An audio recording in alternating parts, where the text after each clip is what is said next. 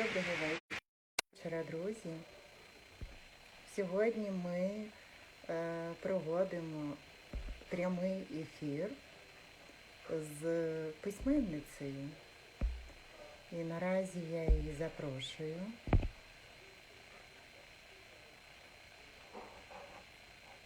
У нас така цікава тема письменництва, як створюються книжки.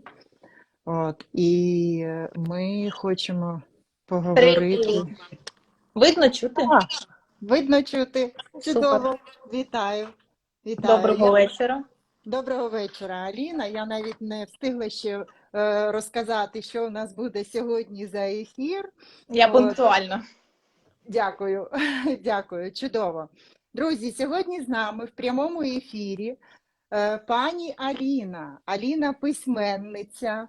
До речі, книжку, яку я прочитала і була на презентації цієї книги ще до, мабуть, в 2002 році, 21-му, так? Пані Аліна, дякую, що згодилися на зустріч з нами, тому що ця зустріч повинна бути дуже корисною і для художників, і просто для всіх. Я прошу вас, будь ласка, розкажіть трошечки про себе, розкажіть про вашу таку працю, як створюється, не як створюється, розкажіть про себе, як створюється, то вже буде потім. Добре, про себе. Я романістка. Тобто пишу романи, іноді я така починаю уточнювати, тому що думаю, чи розуміють люди, що таке романістка, бо коли я кажу вживу і дивлюсь на очі, я думаю, що не всі розуміють, кажу, я пишу романи. Почала я писати в 2014 році, почала писати на особистому болю, скажімо так, тобто, це відповідно, як у письменників відбувається, особливо, я думаю, що у романістів, коли в тебе якісь дуже такі почуття сильні, негативні, позитивні, я маю на увазі любовні переживання, ти починаєш це виливати на папір.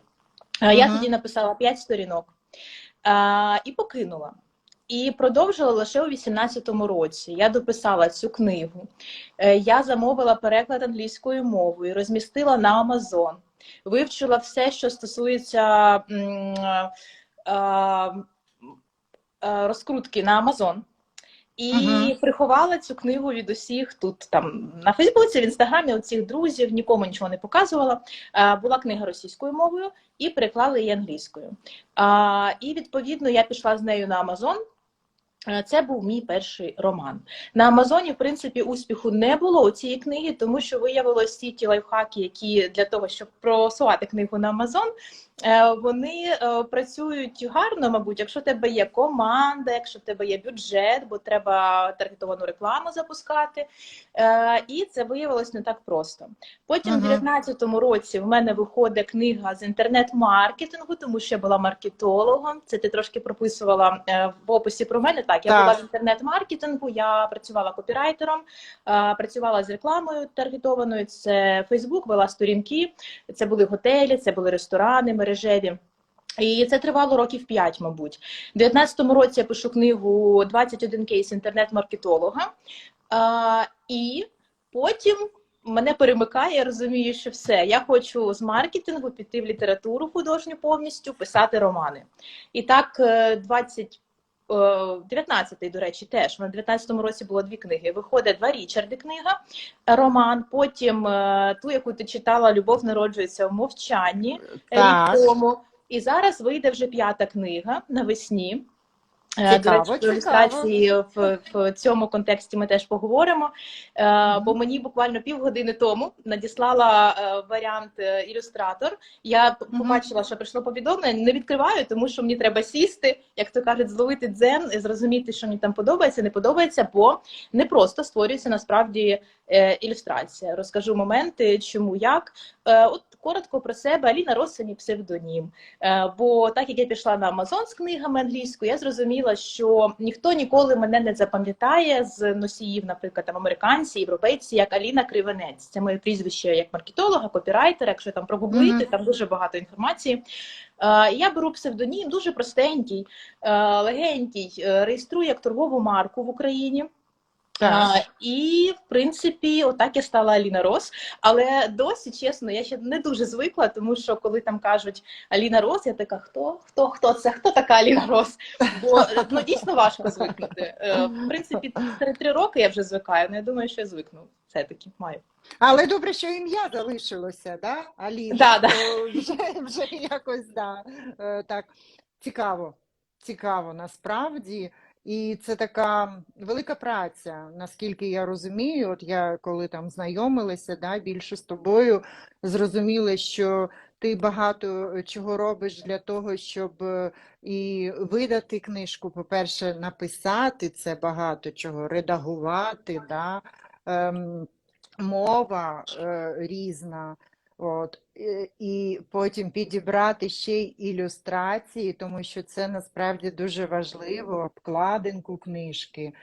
От, ну, респект. Дякую. Да. Насправді, ти сказала про те, що написати, а я додам, що насправді написати, я завжди кажу на своїх презентаціях, це 10% успіху. Решта 90% – це обкладинка, це маркетинг і купа інших речей. Але обкладинка – це мега-супер важливо. І, в принципі, я не збрешу, якщо скажу, що книгу продає обкладинка. Ну, це факт. Якщо вона стоїть на полиці, якщо обкладинка намальована або, ну, наприклад, людину, яка ніколи не малювала обкладинки для романів, та, наприклад, в моїй сфері, Так. то це може бути провально. Тобто може бути, ну, крута книга, але якщо рука не тягнеться до неї, бо не приваблива обкладинка, то все, в принципі, на цьому провал, і середину вже ніхто не буде читати, дивитися і вникати. Да, не буде зір зупинятися навіть на обкладинці. Да, цікаве, цікаве таке. Тема дуже цікава. Ще раз дякую тобі, що ти згодилася приєднатися до нас на прямому ефіру, до прямого ефіру. От, і цікаво насправді, як народжується от ідея, да? Є ну, якась тема, біль, да? Бо людям, мабуть, коли роман, то він повинен бути цікавий, тому що там повинні бути емоції, да? Їх передати, ці емоції. Це також треба мати хист до цього, Алін. Погоджуюсь, тому що коли у мене запитували, а це було досить часто, і онлайн, і на презентаціях, чи хочу я зробити там курс якийсь з того, як писати книги. І я поки що і все-таки залишаюсь при думці, що важко навчити писати, якщо в тебе немає до цього хисту. Тобто навчити вибудовувати там портрети героїв чи лінії сюжетні можна, але саме писати це важко. Людина має... Ну так, щоб воно чіпляло, да. Так, це треба все-таки мати хист. І що мені допомогло? Те, що, в принципі, я з дитинства я писала вірші, насправді, потім вже перейшла в прозу десь в університеті, мабуть, а до цього це були вірші, і я навчалася, я є філологом, а навчалася я на літературній творчості. Є така спеціальність Шевченка, це жовтий корпус університету Шевченка, літературна творчість. Нас готували стати письменниками.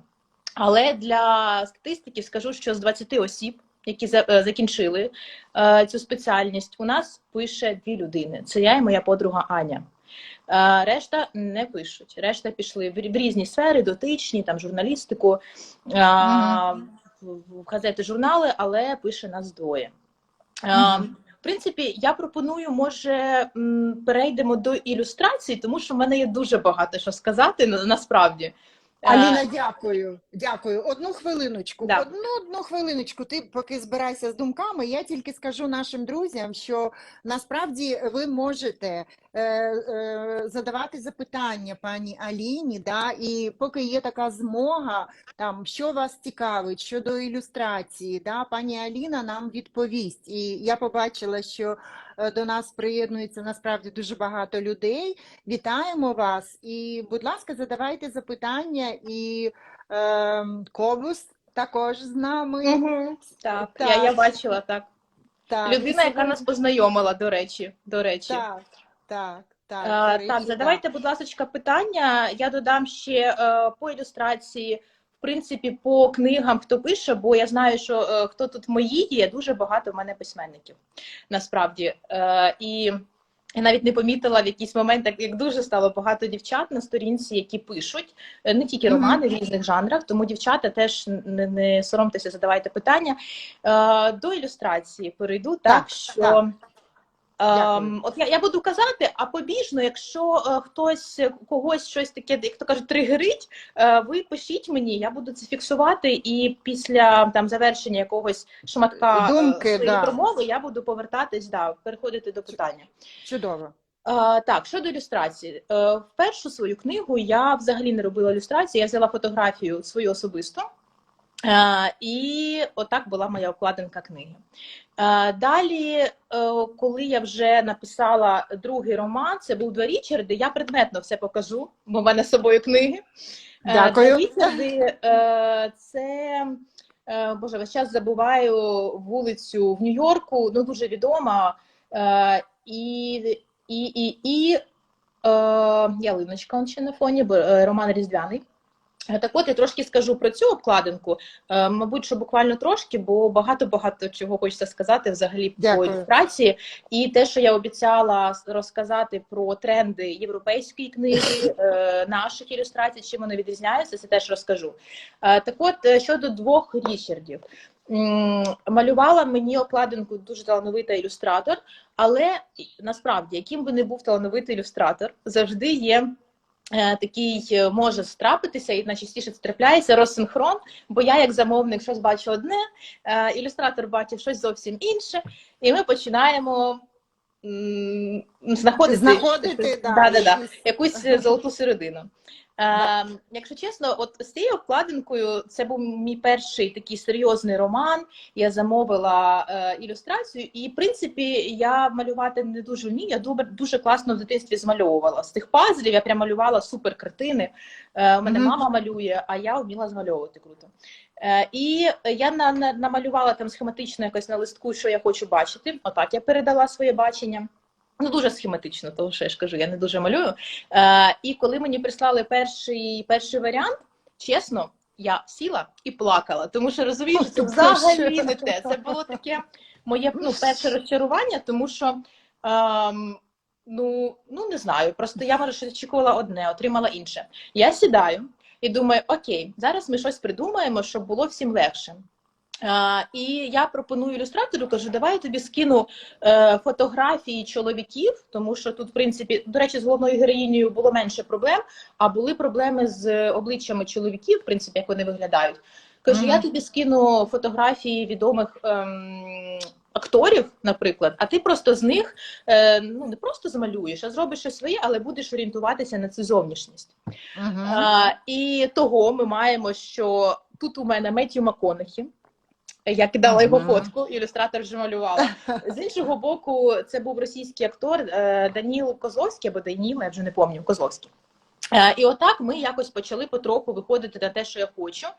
Так народжувалась обкладинка. Зрештою, я залишилась супер задоволена. І я вважаю, що всі обкладинці у нас прям вийшов такий сюжет, повноцінний сюжет з головними героями, тобто не абстракція якась. Мені хотілося цього.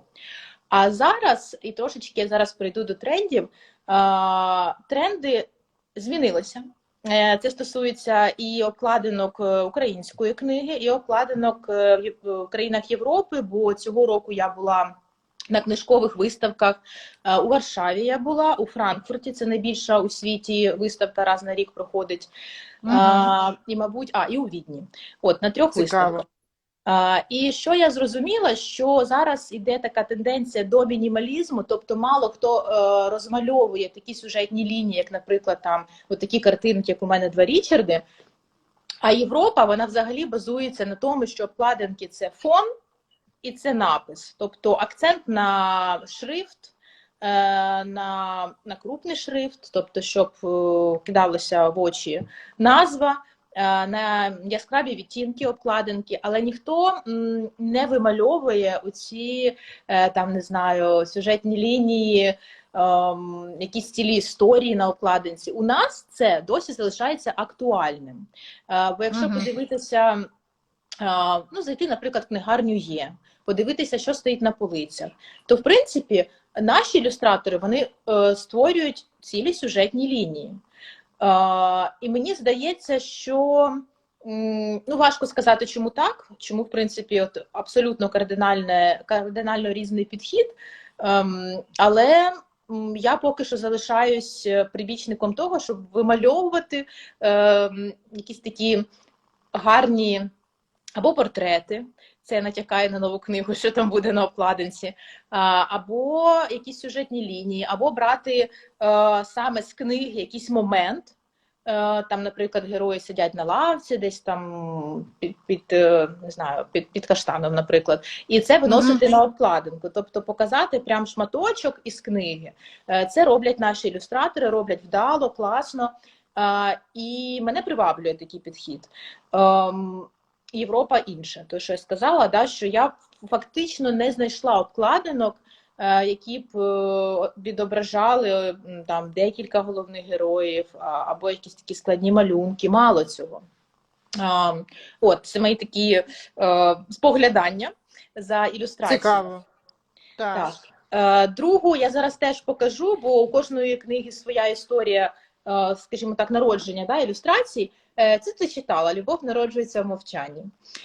Власне, напевно, що ця ілюстрація народилася легше за всього і легше за інші книжки, бо я чітко розуміла, що я хочу бачити на обкладинці головну героїню, я хочу бачити сонях, я хочу бачити наші українські Карпати. І, власне, ілюстратор все це поєднала з першого разу. Вірніше, вона мені надіслала два варіанти. Перший варіант – це був головна героїня і головний герой, так, якби голова до голови, отак схилені, два портрети. Інший варіант – це був оцей. І я зробила фокус-групу, я спитала в інстаграмі, у підписників, кажу, що вам подобається більше. І дуже важливо питати, от реально.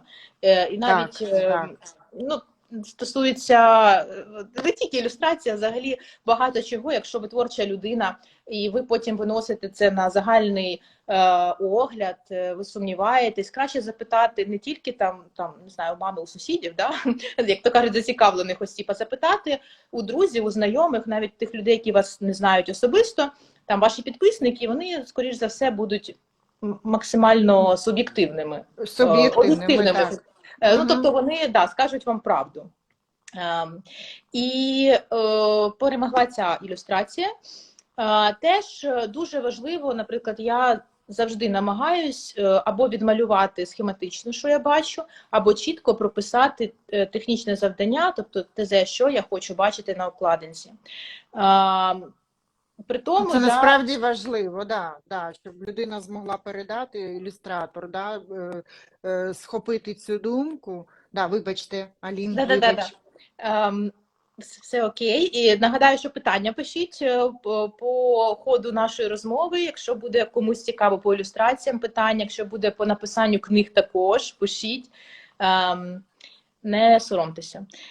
Так, на чому ми зупинилися, що да, важливо передати ілюстратору, що ти хочеш бачити, але не менш важливо не зв'язувати руки ілюстратору. Тобто я завжди кажу, що я хочу побачити ваш варіант, тобто я бачу так, але я не художник, я не ілюстратор, і я можу бачити в себе якусь там фантазію, а ви як фахівець, професіонал, ви розумієте, що це взагалі не ліпиться нікуди. Ви мені так і кажіть, Аліна, це взагалі не варіант.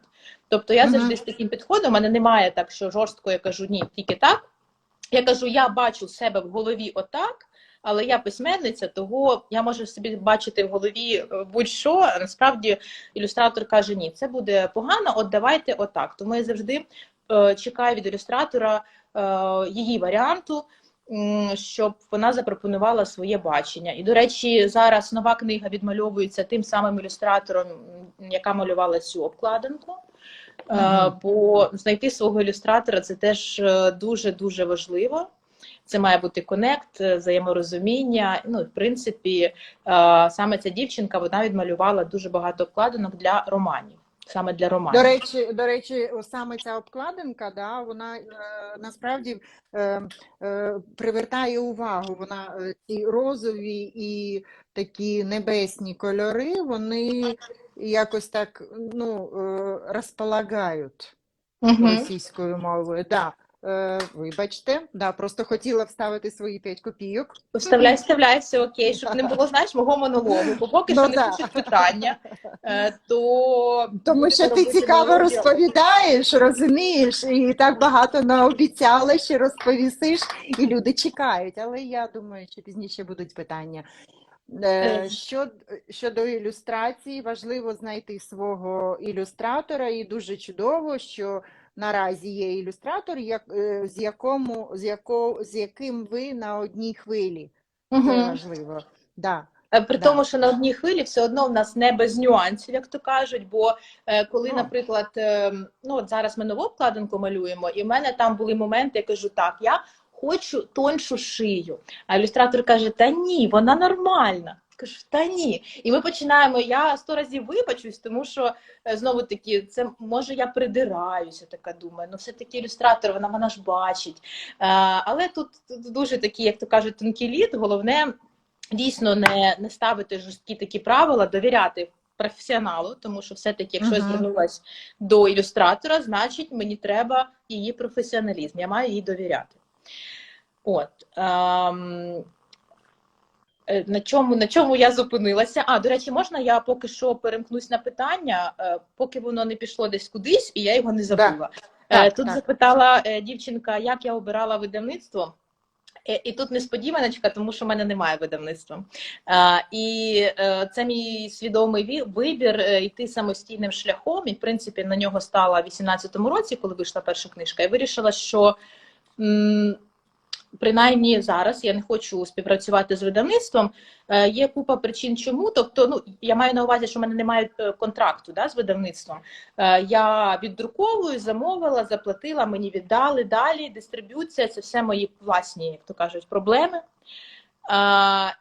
У нас тут котик хоче з'явитися в ефірі, але вона може просто стрибнути на руки, щоб ви знали, що в нас може бути зараз тут двоє. Головне, щоб не на камеру. Да. Ну, вона може там трошечки, вона любить увагу. Так, і щодо видавництва, що у мене його немає як такого. І один з моментів був, що видавництво, наприклад, у них є свої правила, вони можуть дуже жорстко відредагувати текст, чого я не хочу. Наприклад, щоб мій текст дуже-дуже змінився, і від того мій стиль авторський, він втратиться, я буду невпізнавана. Тому з цієї позиції я вирішила все-таки продовжувати самостійний шлях. І поки що продовжую йти самостійним шляхом. Тобто видавництва я не маю. Тут питання щодо коміксів, але це трішечки не в тему, тому що з нами сьогодні в прямому ефірі письменниця, не художник. Да? Ми якраз розмовляємо про ілюстрацію і трошки хочемо дати вам розуміння, як замовляється, як створюється книжка, як йде праця саме з ілюстратором, тому вибачте на це питання, якби відповіді в нас не буде. Дякую, що зрозуміли. Знаєш, я б хотіла зараз додати, я думаю, що це може бути цікаво ілюстраторам, які нас зараз слухають. Наприклад, де я шукала ілюстратора. Да? От, наприклад, ілюстраторам цікаво, де знайти замовника. Я не дуже знаюсь там на сайтах, я як копірайтер знаю, що є фріланс-хант український наш, де в принципі є і копірайтери, і ілюстратори, і розробники. До речі, класний сайт, він багато років, я навіть не знаю замінника в Україні, якщо чесно. Можна знаходити там замовлення, але в мене була така історія, що як я знайшла свого ілюстратора, першу дівчинку, яка малювала 2 Річарди, я знайшла в Інстаграм по хештегам. Я не дуже пам'ятаю яким, але це був Інстаграм. Ну і в принципі, я думаю, багато хто шукає собі, наприклад, фотографа, там, косметолога, не знаю, там, магазин одягу через хештеги в Будь-що, Інстаграм. будь-що, так. Будь-що, да, це працює. Тому, коли кажуть, там, як вже зараз мені СММник заговорив з минулого, що не ставити хештеги, то для того, щоб набирати підписників, це вже не актуально, дійсно. Але ставити хештеги варто, тому що можуть шукати і знайдуть вас. Я першу дівчинку знайшла в Інстаграмі, а далі ілюстратора вже от книги «Любов народжується в мовчанні» і ту, яку зараз ми відмальовуємо, я знайшла іншим способом, дуже цікавим. Я прийшла в книгарню «Є», передивилася на полицях романи, обкладинки, які мені сподобались, я подивилась, хто ілюстратор. І знайшла цих ілюстраторів на Фейсбуці, написала в особисті повідомлення. І так мене вийшло, що з дівчинкою, обкладинка якої мені сподобалась, вона попросила показати шматочок тексту і сказала, що їй подобається, і окей, я вам підмалюю обкладинку. Отак це було. Тобто мій шлях до пошуку ілюстратора лежав не через онлайн виходи, в одному випадку онлайн, а іншому випадку офлайн, тобто через полиці магазинів. Цей метод, він є авторським, тобто я просто думаю, де мені знайти? Думаю, найвірніший спосіб – це прийти, подивитися супер там топ-бестселери на полицях і знайти там ілюстратора, обкладинка якої буде мені до душі. Власне, насправді це дуже так чудова ідея. Да, супер, дякую за те, що поділилися з нами, але все одно, друзі, треба постити свої картини, ілюстрації, тому що насправді багато хто дивиться акаунти і фейсбуки. Да. І не соромитися постити свої роботи, тому що це проблема, в принципі, багатьох творчих людей, і художників, і письменників. Як я сказала, що я першу свою книгу нікому не показала тут, в Україні, зразу пішла з нею на Амазон, думала, що я там стану Джоан Роулінг, там дуже швиденько, а потім прийду така, скажу, от я стала Джоан Роулінг другою. Я така вся класна, в мене все вийшло, насправді, історія була не така. Але я боялася реально показати текст, оригінал навіть своїм там друзям. В якийсь момент я це все переступила і все, і мені зараз вже не страшно показувати не те, що друзям, а просто незнайомим людям. Я вже нормально, спокійно до цього відношусь. Я думаю, що те саме стосується і картин, ілюстрацій. Наприклад, хто нас зараз дивиться з ілюстраторів, ви можете думати, що у вас нема досвіду, там у вас нема стилю свого, ще чогось нема. А хтось подивиться на вашу роботу і скаже, це те, що мені треба. І цей момент сумнівів в собі, він завжди буде, через це треба переступити.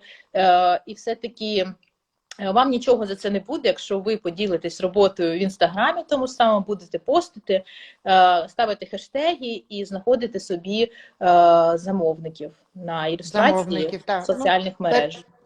Перфекціонізм ніхто не відміняв, і це насправді також не дуже погано, тому що завдяки цьому ти ростеш, але насправді не треба боятися і ставити свої роботи. Це дуже гарна порада, Аліна, дякую. Тому що з різного боку, з різних сторін люди дивляться і вибирають для себе саме те, що в них відгукнеться в серці, в душі, так що це дуже гарна порада, дякую вам. І я бачу, що ще люди пишуть, що гарна порада саме в цей час, коли ви про це казали. Да. Дякую, що ти сказала, люди пишуть, тому що у мене автоматично не прокрутилося. Я сиджу і дивлюся крайній комент там півгодини тому. Думаю, дивно, а потім ти кажеш, що то його ж треба там гортати. Оце я сиджу, гортаю, знаєш, щоб не пропустити запитання. Так, от ще насправді, ти почала розповідати, що в Україні і в Європі трішечки різні підходи, дякую, до ілюстрації. Може, там, я знаю, що ти ходиш на виставки і багато чого там собі занотовуєш, може щось ще поділися з нами. Так, Щодо, зараз беру докупи думки. От сьогодні, да. наприклад, зраночку я поїхала до торгового центру, тому що мені треба, по-перше, було розміри книги сказати нової для видавництва. І я Угу. думаю, так, в принципі, ми орієнтуємось на те, що в мене є, на ці розміри. Але, думаю, поїду і гляну ще раз на розміри книг, ну, інших, відкрию свій кругозір, може мені щось інше сподобається. І я була здивована, це не до ілюстрації, але тут в книгах, ну, наразі я знаходжусь в Австрії, у Відні, не вказують розмір книг. Я подивилася спереду, я подивилася ззаду, де у нас зазвичай вказують, який розмір, там цього нема. Я думаю, окей, немає. Потім дуже популярна зараз фішка, це теж не ілюстрація, але ближче до ілюстрації, до оформлення. Зафарбовують повністю отут листи, отут на ребрах, і тут. Або тільки тут. Ну, сьогодні я книгу в руках тримала в торговому центрі, вона була зафарбована отак повністю з 3 сторін. Ага. Це така фішка не на багатьох книгах, але мені, до речі, сподобалось. І, можливо, я зроблю собі в новій книзі так само, бо воно виглядає яскраво. Якщо назва недовга, може там назву написати на реберці? Це так мені зараз прийшло, вибач. Цікаво, да. Як варіант, можна подумати. Воно назва... так приверне увагу, знаєш? Так, треба подумати, бо такого я ще не бачила. Це, знаєш, народжується в процесі нові думки, нові ідеї, до речі, треба подумати. Бо по висоті книга в мене буде, мабуть, що товстелезна. Якщо «Любов народжується в мовчанні», вона, в принципі, не мала. Але нова буде ще більше. Але назва така задовга, ну, щоб написати на книжці, якщо Да, така. тут, да. Да. Тут задовго. Ну, це так, вибач, да, я так, думка прилетіла, думаю, поділюся. І в цілому, ну, знову-таки, повернуся до того, що в тих книгах, які я бачила на виставках, тобто це не тільки Європа, наприклад, Франкфурт, там весь світ представлений. Там видавництва з Канади приїздили, Америка, дуже-дуже багато, там Емірати, там величезні стенди. Але все одно плюс-мінус однаковий стиль – це яскравий колір або поєднання кольорів, і це величезний напис, такі вирви око, кольори плюс назва, така, щоб чіпляла прям одразу.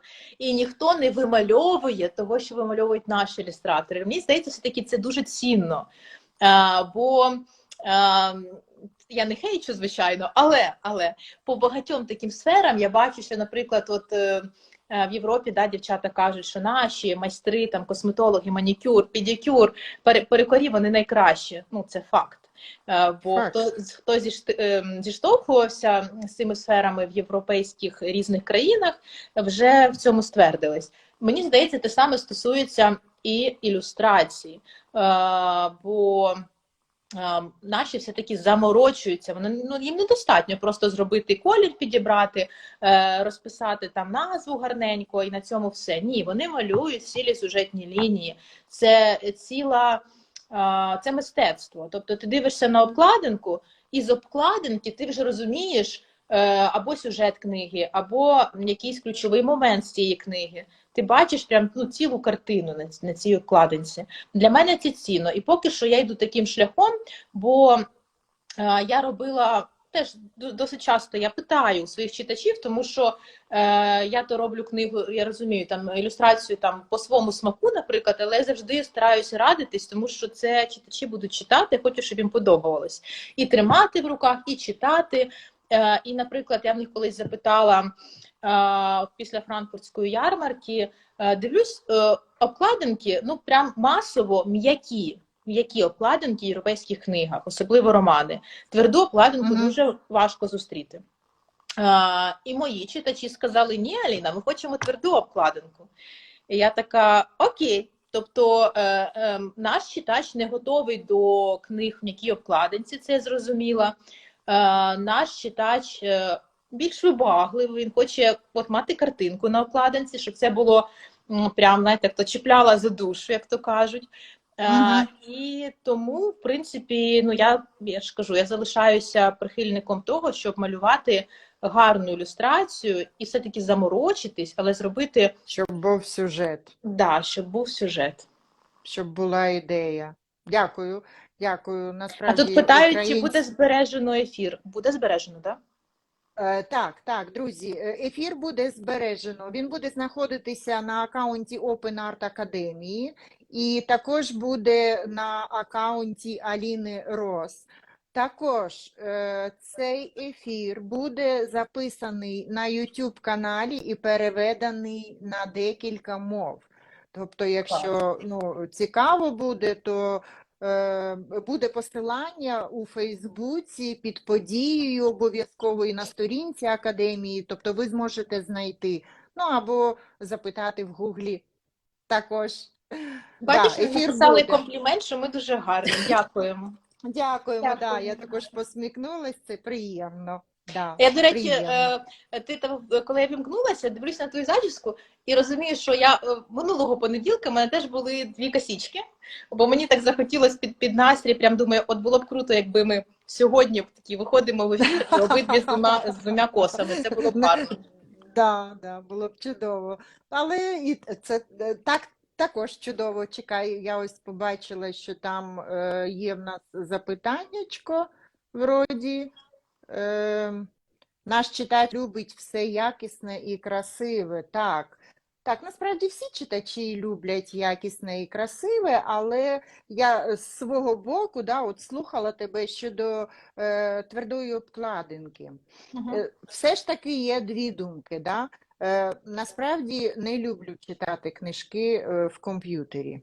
От не люблю і все, вони от якось не читаються. От хочеться відкрити. Єдине, потримати. Єдине, коли тверда обкладинка, книжка така трошки заважка, знаєш. А є деякі книжки, які подорожують, як вони, як настільні книжки, до яких повертаєшся, там перечитуєш. І то насправді зручніше, коли вони більш у м'якому, такому форматі. До речі, вагу Я думаю, додає. ти це знаєш. Вагу додає, але оця, коли мені надійшла вже, мені сигналку надіслали першу, я її потримала в руках, вона не важка. Я так здивувалась, думаю, круто, як вони це зробили, тому що, реально, я думала, що вона буде прям як ото цегла, знаєш, така, нормально. Вона така затовстенька, там багато. Затовстенька, але, правда, легка. І плюси-мінуси теж твердої обкладинки, я так собі думаю, це ще, як то кажуть, на доторк. Можливо, люди більше люблять тверду обкладинку. Хоча я так згадую, що я люблю читати. Я, мабуть, теж люблю тверду обкладинку, якщо чесно. Тверду обкладинку, але коли мова йде про те, щоб взяти книгу з собою, там, в дорогу, автобус, літак, ще кудись, то я в твердій обкладинці виберу тонку книгу, я не візьму товсту, тому що реально... Бачиш, це все-таки вага. Романи зазвичай читаються десь там, наприклад, там береш з собою в дорогу для того, щоб там не грузити себе якимись документальними фактами чи навчанням. А можна я запитаю зараз якраз у тих, хто нас дивиться, мені буде цікаво. Напишіть, будь ласка, обкладинка, яка вам більше подобається, які ви книги більше читаєте. Мені цікаво, звичайно, більше, що стосується романів, але в цілому напишіть, м'яка обкладинка вам більше подобається, книга в м'якій обкладинці чи в твердій. Для мене це важливо, бо я опитування робила десь рік тому, а зараз, так як я стою вже, скажімо так, на порозі друку нової книги, бачимо, вже тверда. Написали перший комент, дякую. І от ми з тобою спілкуємось, я розумію, що з точки зору саме, щоб зробити так, більш розумно воно виглядає, все-таки м'яка, як здається, там і вона й легша. Якби практичніше, гарніше, і більш, якби, до збереження, то в твердій вона більш, якби, зберігається, тому що м'яка обкладинка, вона з часом трішечки така потріпана, але це також гарна якби річ, коли обкладинка така трошечки потерта. Це говорить про те, що книжка цікава і її читають. Так, але ще до Да. формату. Наприклад, для мене, як для автора, м'яка обкладинка – це здешевлення друку книги. Тобто для мене це, в принципі, це краще, да? Але все-таки, якщо якість, то це все одно залишається тверда обкладинка, тому Я що, ти згодна, сказала, да. воно реально довше зберігає зовнішній вигляд, вона може ходити з рук в руки, і вона не повернеться до тебе потім, так, знаєш, як рулончик такий згорнутий, як газетка. Тому, от бачиш, нам написали двоє людей, що все-таки тверда обкладинка. Напишіть, будь ласка, хто тільки доєднався, книги, в яких обкладинках ви частіше купуєте, тверда чи м'яка. Так, так. От бачиш, як у нас корисно. Ми сьогодні поділимося для такий корисний ефір для творчих людей, тому що письменництво – це також творчість. От, і щодо ілюстрації, щодо, бачиш, до обкладинки. Чудово, чудово. Якась, я ще хочу подивитися, що в нас є тверда, всі тверді купують, пишуть. Так.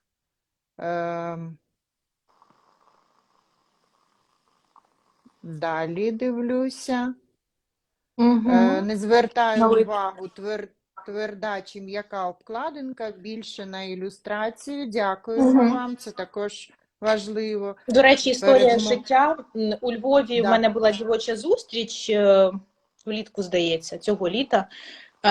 І прийшла дівчинка, яка про мене дізналася через книгарню Є, яка просто прийшла купити книгу. І вона мені каже, слухай, я купила книгу, бо обкладинка. Це мова була про цю книгу. Просто потягнулася рука за книгою, бо сподобалася обкладинка. І таких думок насправді дуже багато, що обкладинка, да, вирішує все обкладинка. Рука тягнеться, а далі ти вже читаєш там анотацію, і якщо тобі зайшла обкладинка і анотація, то ти купуєш. А якщо, знову-таки, повертаємось до того, що обкладинка не зайшла, то ти вже й не будеш знати, що там в анотації, бо ти просто не потягнешся за цією книгою. І все. Тому ілюстрація да. це супер важливо, і на це треба не шкодувати ні часу, ні грошей, це я кажу письменникам, а ілюстраторам до того, щоб вони цінували свою працю, тому що це реально, це велика праця, бо фактично ілюстратор, він є творцем майбутнього успіху книги. Це, він відіграє дуже важливу роль, його праця в тому, як буде продаватися надалі книга. Чи буде це бестселер, там, знаєш, чи продасться 100 тисяч екземплярів, чи там 500 екземплярів. От ілюстратор дуже-дуже має вплив на цей результат. Так, це насправді так. От ще є комент, що всі обкладинки приймаю, тобто і м'які, і тверді. Угу. Пишіть ще, хто доєднався, ми тут робимо опитування книги, в яких обкладинках ви читаєте, м'яких чи твердих. У нас тут дилема, тому що, я кажу, що Європа вся, да, вона на м'яких обкладинках, прям, дуже важко знайти в твердій обкладинці книгу. Або суперобкладинка, це коли м'яка, все одно м'яка основа, а наверх надягається як обкладинка така, тобто огортається поверх і робиться як така рубашечка, да? Суперобкладинка називається. І дуже багато таких книг, але в твердій дуже важко знайти. А все-таки в Україні, ще раз нагадаю, популярна це саме книга в твердій обкладинці. Була, є і залишається. Тому в нашому опитуванні, розумієш, і більше відповідають, що тверда, бо нас слухають українці. Угу. Ще момент, це прям дуже важливий, і я думаю, що показовий з точки зору маркетингу, знову мені вмикається той маркетолог Аліна, на Amazon. Нікуди не дінеться. Так, я думаю, що точно не дінеться, буде завжди зі мною. Як на Amazon, коли я розмістила першу книгу в 18-му році, в грудні 18-го року, там можна було обрати опції книга електронна, тобто ти продаєш електронну книгу, або книга в м'якій обкладинці. Тверда з'явилася десь роки 2 або рік тому. Тобто Amazon додав до опції друку книгу в м'якій і в твердій обкладинці. Я думаю, це теж показово. Це Amazon, да? Ну, якби дуже це гігант. І якщо вони додали до м'якої ще тверду, а раніше цього не було, то значить вони знають тренди, вони розуміються на тому, що читачі потребують не тільки м'яку обкладинку, і в принципі на це треба тримати теж орієнтир. Угу. Читаєш ти, да? Не буду Да, повторюватися, тут читаю. якщо паперові, да, то тільки, Да, тверда, щоб стояла як скарб, прикольно. ну то так, Угу. в бібліотеці, да. Ну, тверду то ви, знаєте, ви передасте своїм внукам, онукам, правнукам, праправнукам, а в м'якій то вже питання, чи дійде вона кудись далі. А я як письменниця зараз теж така подумала, ага, якщо я хочу, щоб мої книги там ще 100 років, 200 залишалися, як то кажуть, живі, їх можна було потримати, почитати, вони зберігли зовнішній вигляд, то треба все-таки обирати тверду обкладинку.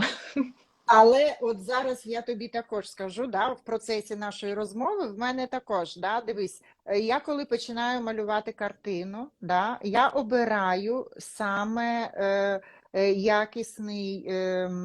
якісне полотно, да, купую якісні фарби, да, от, і ну, дуже так, ну, не знаю, як сказати правильно, скептично, так, знаєш, серйозно дивлюся щодо саме якісті полотна, да? Тому що коли ти приступаєш, коли я приступаю до роботи, я не знаю, це буде, ну, вийде гарна робота, чи, можливо, там друга вийде гарна, да? Але головне починати працювати з якісними матеріалами. От, то, ну, це така, знаєш, бачиш тобі паралель, тобто, якщо якісні будуть матеріали, то і картина буде зберігатися набагато довше. Да? Угу. Тобто і книжка в твердій обкладинці буде також зберігатися довго. Угу. Так, так. От. Щодо поради, да, ну, от, в тебе є торгова марка, да, як письменника. Я все ж таки хочу ще трішечки повернути до ілюстрації, Давай. да, тому що насправді нас слухають, ну, аудиторія наразі велика, от, і я знаю, що до нас приєдналися, бачила, і бібліотекарі також, тому що ми запрошували бібліотекарів, директорів бібліотек. От, і все ж таки до ілюстрації. Да? От, ілюстратор тобі передала картину, да? У вас є якийсь договір, от саме такий момент, як ви домовляєтесь, це на словах, це ви робите якийсь документ, да? Ну, от, вибач, що таке спитала, але ну, якби... Нормально, все, Да. все нормально. Немає ніякого документу, це все на словах. Так, Довіра. це все в такому режимі, як є передоплата, там 50% зазвичай, і решта після того, як ми затвердимо вже варіант. От в такому форматі я працювала і з одним ілюстратором, і зараз з іншим. Да, немає жодного договору. Я зрозуміла. Тобто, ну, чудово.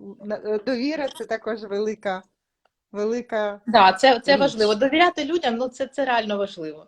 І ти сказала про бібліотекарів, і я як згадала свої презентації, як я їздила Україною у 21-му році, і хотіла передати свою любов, вітання і подяку всім бібліотекарям, тому що насправді в мене було багато презентацій в бібліотеках, це був Миколаїв, мене там прийняли просто супер, це була Одеса, це був Львів, Київ.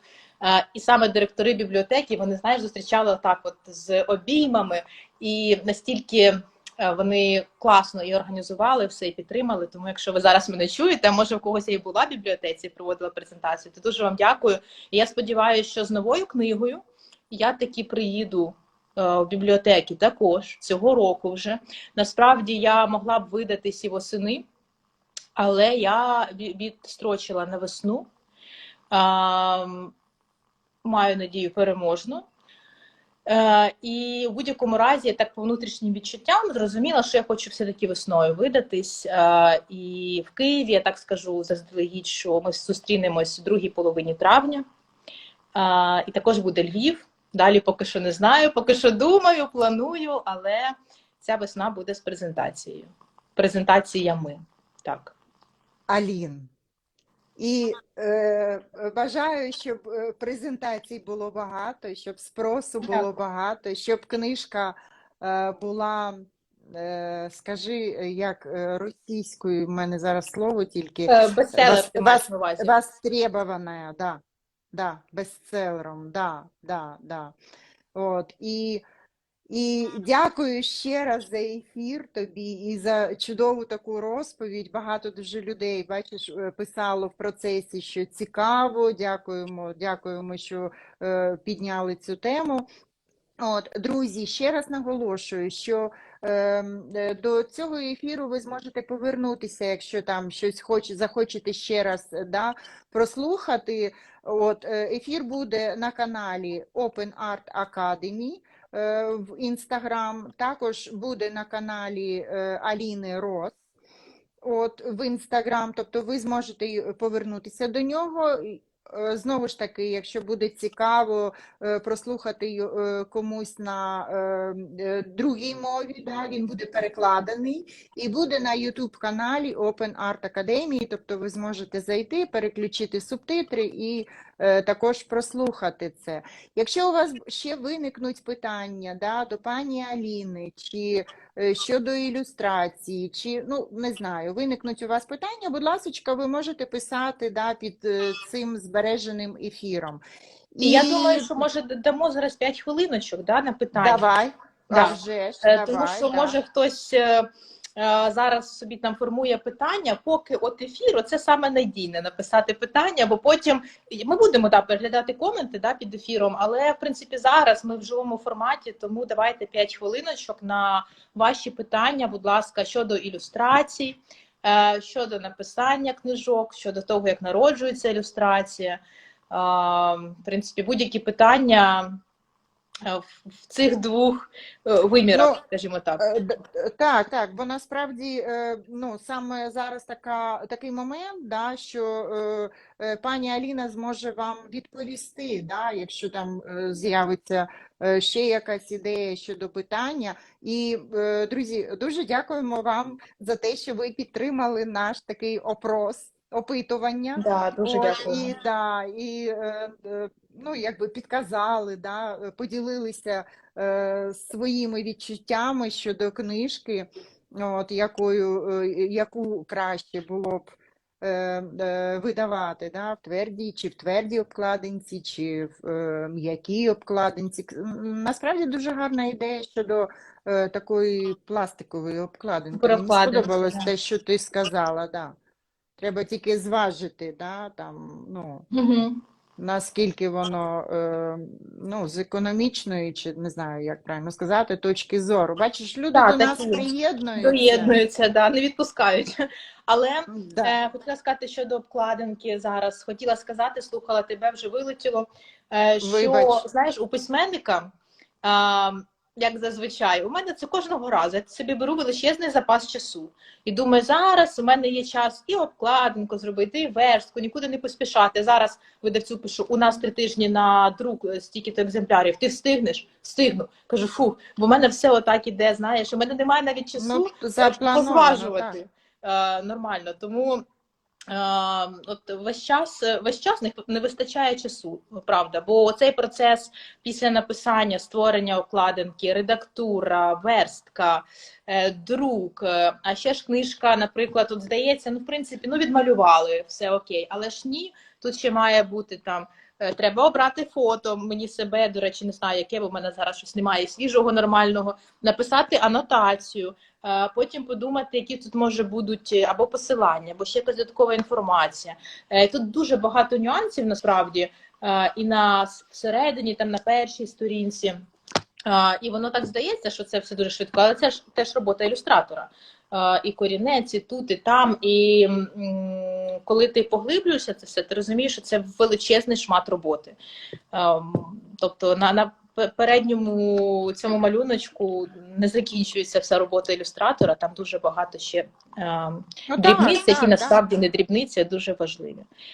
Так, Так. і анонс повинен привертати увагу, і щодо самої обкладинки, да, зараз таку розумну фразу скажу, вона повинна бути, композиція повинна поєднуватися, це дуже важливо, тому що око людини, коли дивиться на малюнок, да, чи на ту ж обкладинку книжки, якщо не використовують правила композиції, да, то інтуїтивно людина не затримує погляд на цьому предметі. Це насправді дуже важливо. І я от поки бачу, що поки там люди думають, да, щодо питань, от зараз ще раз передивлюся, думаю, може щось пропустила.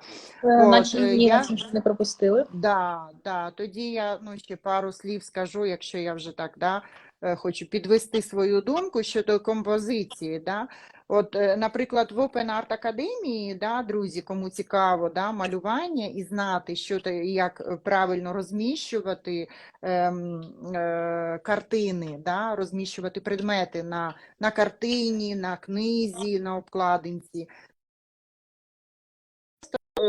Головні основи композиції. І, до речі, в Open Art Академії насправді є чудові митці наші, українці, які мають великий досвід не тільки в малюванні, а й в викладанні, да, які діляться своїм досвідом. Тому запрошуємо вас, будь ласочка, на наш сайт, будемо раді вас бачити. І дуже важливо, я додам, що викладання онлайн, тобто, щоб зараз, хто нас дивиться з різних куточків світу, щоб ви розуміли, що це онлайн, тобто ви не прив'язані там до місця, да, і можете навчатися. Аліна, дякую. Це мега важливо. Я багато разів, знаєш, анонсую академію, і мені здається, що всі знають, всі розуміють. Всі знають. Open Art Академія – це українська онлайн-платформа, де зібралися українські митці, які діляться своїм досвідом з бажаючими навчитися малювати.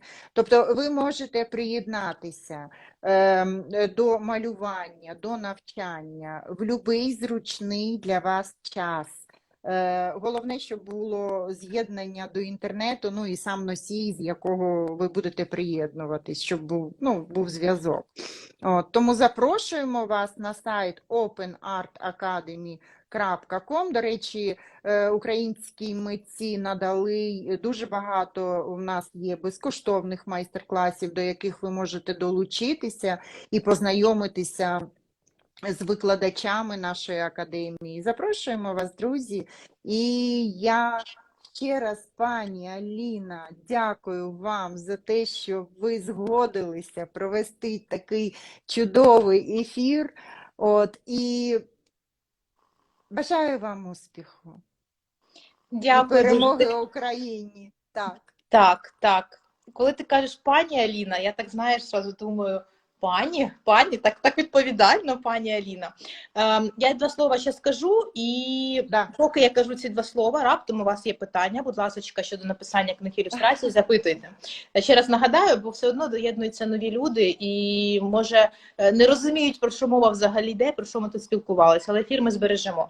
Хвилинку, з нами в прямому ефірі для нових людей. З нами в прямому ефірі з Open Art Академії письменниця Аліна Рос. А тепер ти кажи. Дякую. Я думаю, коли ти сказала увага, і всі точно почули, тому що було так ефект несподіванки. Я хотіла сказати, що хто вже з нами тут давно, то ви чули, що в мене навесні вийде нова книга. І я поки що не знаю, скільки буде міст, але це буде і в Європі будуть презентації, обов'язково Київ і Львів. Це те, що я знаю.